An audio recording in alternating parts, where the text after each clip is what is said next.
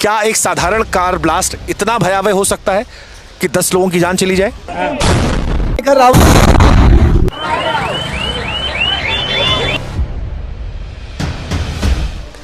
या इसमें वो आतंकी कनेक्शन है, इस गाड़ी का आतंकी कनेक्शन है, उस नदीम का आतंकी कनेक्शन है, उस सलमान का आतंकी कनेक्शन है, उस डॉक्टर का आतंकी कनेक्शन है। एक इंसान जो कभी जिंदा था, जिसके सीने में धड़कन थी, जो कभी सांसें ले रहा था, अब वो सिर्फ मांस के टुकड़ों में रहकर रह गया है। हम जिधर जा रहे हैं उधर कुछ ना कुछ तस्वीर ऐसी आ रही है जो दिल को झकझोर देने वाली है।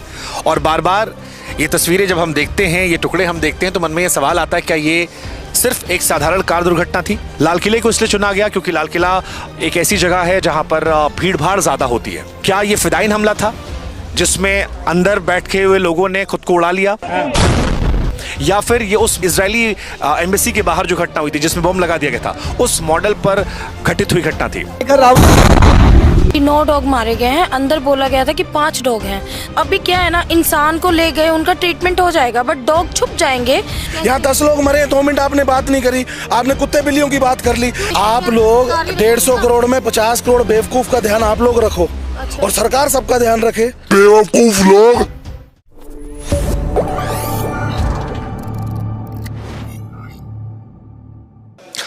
लाल किले के सामने हुई घटना ने पूरे देश को झकझोर कर रख दिया है। यह सवाल अभी भी सबके मन में है कि वो घटना आतंकवादी घटना है या फिर एक दुर्भाग्यपूर्ण कार की दुर्घटना। लेकिन इस दुर्घटना में जो तस्वीरें आई वो आपको अंदर तक झकझोर सकती हैं। अगर आप कमजोर दिल वाले हैं तो हमारी आपसे गुजारिश है कि जो तस्वीर हम आपको दिखाने जा रहे हैं उसे आप मत देखिएगा। यहां पर देखिए, ये जो हिस्सा आपको नजर आ रहा है ये किसी इंसान का जिस्म है। कुछ घंटों पहले कोई इंसान जो जिंदा रहा होगा उसका हिस्सा है जो इस तार दुर्घटना में शिकार हुआ। दरअसल जिस जगह पर हम खड़े हैं यहां से 300 मीटर दूर तकरीबन गेट नंबर 1 है पीछे, वहां पर कार दुर्घटना होती है। उसके बाद चीथड़े जो हैं वो उड़ने लगते हैं। ये दुर्घटना कितनी भयावह थी इसका अंदाजा आप इस बात से लगा सकते हैं कि लोगों के मांस के टुकड़े 300 मीटर दूर आकर टिके हैं। और ये सिर्फ एक इकलौता हिस्सा नहीं है। प्रत्यक्षदर्शी कहते हैं कि यहाँ पर बहुत सारे मांस के टुकड़े मौजूद थे जो बाद में हटा दिए गए। कई और तस्वीरें ऐसी हैं जो आपको हिला कर रख देंगे। जैसे यहाँ पर एक हिस्सा देखिए, किसी शख्स की उंगली है, और ये तस्वीरें विचलित करने वाली हैं। ये तस्वीरें आपको परेशान करने वाली हैं। ये परेशान इसलिए भी करने वाली हैं क्योंकि कोई शख्स कभी जिंदा रहा होगा, इनमें सांस रही होगी, पर अब ये मांस का टुकड़ा बन चुका है। दिल्ली की ये घटना हर किसी को झकझोर रही है। अब तक स्पष्ट नहीं हो पाया है कि ये आतंकवादी घटना है या फिर ये घटना जो है एक हादसा है। लेकिन जिस तरह की तस्वीरें आई हैं, जैसे मैं आपको दिखाता हूं, 300 मीटर दूर से गाड़ी का एक हिस्सा जो है वो टूटकर यहां पर आता है। वो देखिए आप, ये गाड़ी का हिस्सा है जो हम आपको दिखा रहे हैं। और जिस तरह से ये ब्लास्ट हुआ है उसके बाद ये सवाल उठ रहा है कि क्या वाकई में ये कार दुर्घटना थी या फिर कोई गहरी साजिश। क्योंकि देश भर में जिस तरह से आतंकी मॉड्यूल निकलकर सामने आ रहे हैं, जिस तरह से लोगों की गिरफ्तारियां हो रही हैं, जिस तरह से एक के बाद एक आतंकवादी कनेक्शन बताए जा रहे हैं, उसके बाद मन में कहीं ना कहीं संदेह जरूर होता है। और यहां मौजूद होने के बाद जब आप 300 मीटर की दूरी पर हैं, बार बार मैं स्पष्ट कर दूं कि 300 मीटर की दूरी पर हम हैं। अगर एक नॉर्मल i20 कार में जिसमें CNG सिलेंडर कहा गया बाद में फिट कर दिया गया, अगर एक साधारण कार दुर्घटना थी तो क्या शरीर के हिस्से 300 मीटर दूर छटक कर यहां आते? क्या हाथों की उंगलियां टूटकर वहां गिरती? ये 300 मीटर दूर कार का हिस्सा है। अब बताया जा रहा है कि जिस गाड़ी में ये ब्लास्ट हुआ उस गाड़ी में कुछ लोग सवार थे। चलती गाड़ी में यह हादसा होता है। i20 कार थी। इस गाड़ी को लेकर जो जानकारी सामने आई है वो ये है कि ये सलमान नाम के किसी व्यक्ति की गाड़ी थी। सलमान के पास हरियाणा पुलिस गई, पता लगा कि ओखला में ये गाड़ी बेची गई थी। सलमान को हिरासत में लिया गया, उससे पूछताछ शुरू हुई। पूछताछ में उसने खुलासा किया कि ये गाड़ी उसने 1.5 साल पहले बेच दी थी।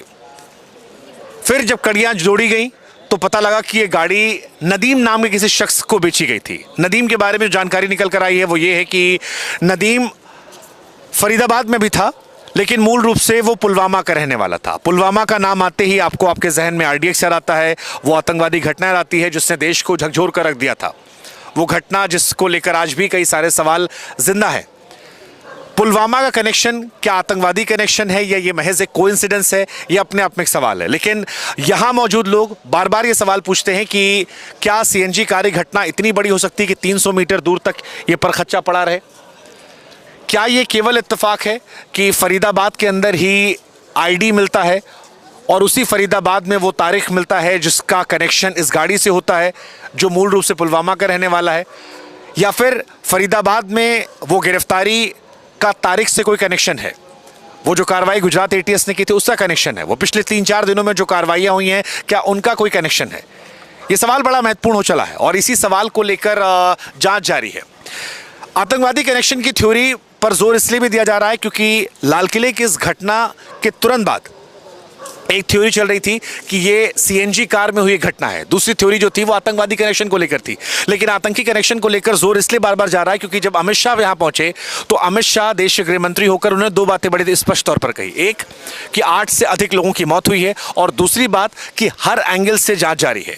6:52 की घटना के बाद रात को 11-12 बजे तक जब तक यहाँ पर भीड़भाड़ थी, अधिकारियों का आना जाना था, तो हमने ये देखा कि यहाँ पर एनआईए की टीम पहुंची थी, एनएसजी के लोग पहुंचे थे जो वेरीफाई करना चाह रहे थे कि क्या जो घटना हुई उसमें किसी प्रकार के विस्फोटक का इस्तेमाल किया गया। यहाँ पर यूपी एटीएस का पहुंचना आतंकवादी कनेक्शन को लेकर और जोर दे रहा था। हरियाणा पुलिस जो है वो यहाँ पहुंची थी, दिल्ली पुलिस यहाँ पहले से मौजूद है। और अगर अभी भी दिखाएं आपको, इस वक्त रात के, अगर मैं अपने मोबाइल फ़ोन में देखूं, रात के 1:51 हो रहे हैं और अभी भी यहाँ पर आपको तमाम जांच एजेंसियों के लोग जो हैं वो नज़र आ रहे हैं। सिर्फ 300 मीटर दूरी पर ही ये घटना घटित हुई थी और उसके बाद अभी भी रात को वो लोग यहाँ मौजूद हैं। क्या एक साधारण कार ब्लास्ट इतना भयावह हो सकता है कि 10 लोगों की जान चली जाए, या इसमें वो आतंकी कनेक्शन है, इस गाड़ी का आतंकी कनेक्शन है, उस नदीम का आतंकी कनेक्शन है, उस सलमान का आतंकी कनेक्शन है, उस डॉक्टर का आतंकी कनेक्शन है? क्या ये सारी घटनाएं आपस में जुड़ी हैं? ये बहुत सारे सवाल है। एक थ्योरी जो इससे घटनाओं कवर करने वाले पत्रकारों की तरफ से है वो ये है कि इस रैकेट का भंडाफोड़ हो गया था। कश्मीर से लेकर फरीदाबाद तक एक के बाद एक कार्रवाई हो रही थी, इसलिए आनन फानन में इस घटना को अंजाम दिया गया। जब तक आधिकारिक तौर पर कोई बात ना आए तब तक किसी बात की पुष्टि करना शायद सही नहीं होगा। लेकिन तमाम थ्योरीज, तमाम जो बातें निकल कर आ रही हैं, अलग अलग एंगल निकल कर आ रहे हैं, उसमें एक महत्वपूर्ण एंगल ये भी कहा जा रहा है ऑफ द रिकॉर्ड बातचीत में कि ये घटना को आनन फानन में अंजाम दिया गया। लाल किले को इसलिए चुना गया क्योंकि लाल किला एक ऐसी जगह है जहां पर भीड़ भाड़ ज़्यादा होती है। हालांकि अभी भी ये स्पष्ट नहीं है कि इस घटना में क्या ये फिदाइन हमला था जिसमें अंदर बैठे हुए लोगों ने खुद को उड़ा लिया, या फिर ये उस मॉडल पर, उस इजरायली एम्बेसी के बाहर जो घटना हुई थी जिसमें बम लगा दिया गया था, उस मॉडल पर घटित हुई घटना थी। जांच एजेंसियों की नज़र है, लेकिन जो कुछ है वो ये बता रहा है कि सब कुछ इतना सीधा नहीं है। कम से कम एनआईए, एनएसजी, यूपी एटीएस की मौजूदगी कहती है। फिलहाल दिल्ली और आसपास के जितने भी इलाके, राज्य हैं, चाहे वो उत्तर प्रदेश की बात कर लीजिए, राजस्थान की बात कर लीजिए, हरियाणा की बात कर लीजिए, वहाँ पर हाई अलर्ट है। और सभी राज्यों की जो पुलिस है, सभी राज्यों की जो इंटेलिजेंस है, सभी राज्यों के जो अधिकारी हैं वो यहाँ पर मौजूद हैं। क्या निकलेगा वो वक्त बताए।